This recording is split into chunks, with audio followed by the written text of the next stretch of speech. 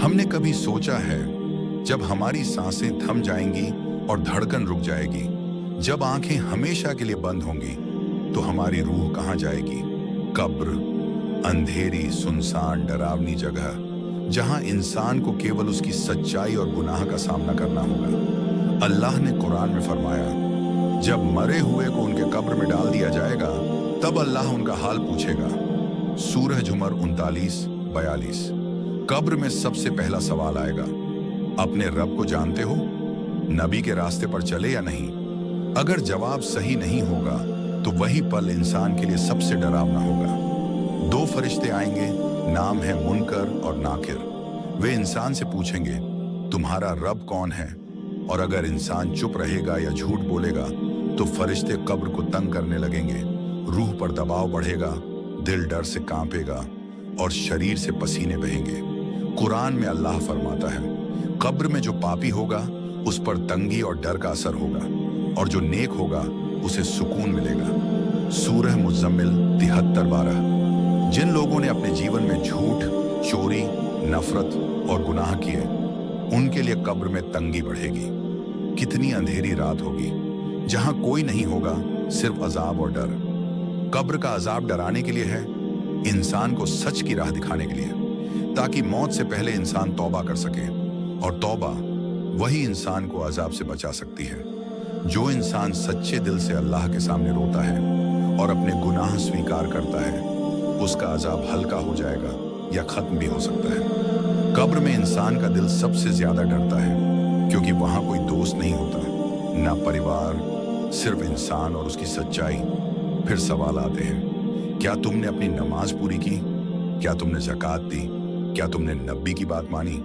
अगर जवाब गलत होगा तो कब्र में इंसान को तंगी, अंधेरा और डर मिलेगा। कब्र में सबसे बड़ा डर इंसान को तब लगता है जब वह देखता है कि उसका गुनाह उसकी रूह को दबा रहा है।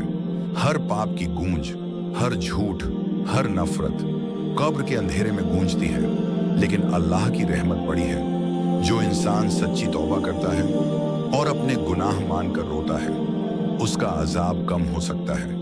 कब्र के अंधेरे में रोशनी आ सकती है। कब्र का अजाब केवल इंसान को डराने के लिए नहीं है, बल्कि यह इंसान को सच की राह दिखाने और अपने रब की याद दिलाने के लिए है। कुरान कहता है, और जो नेक होंगे उन्हें कब्र में सुकून मिलेगा। सूरह मुज़म्मिल 70-3-12। इंसान को याद रखना चाहिए, दुनिया का सुख असली नहीं है। हर सांस, हर धड़कन ये तुम्हारा इम्तिहान है। कब्र में इंसान का सबसे बड़ा दुश्मन उसका गुनाह और भूल है। जो इंसान भूल गया कि उसकी रूह अल्लाह की है, वो कांपेगा डर से, अकेलेपन से। लेकिन जो इंसान सच्ची तौबा करता है, जो रोता है, अपने गुनाह स्वीकार करता है, उसके लिए कब्र का अजाब हल्का हो जाता है और अल्लाह की रहमत उसके साथ होती है।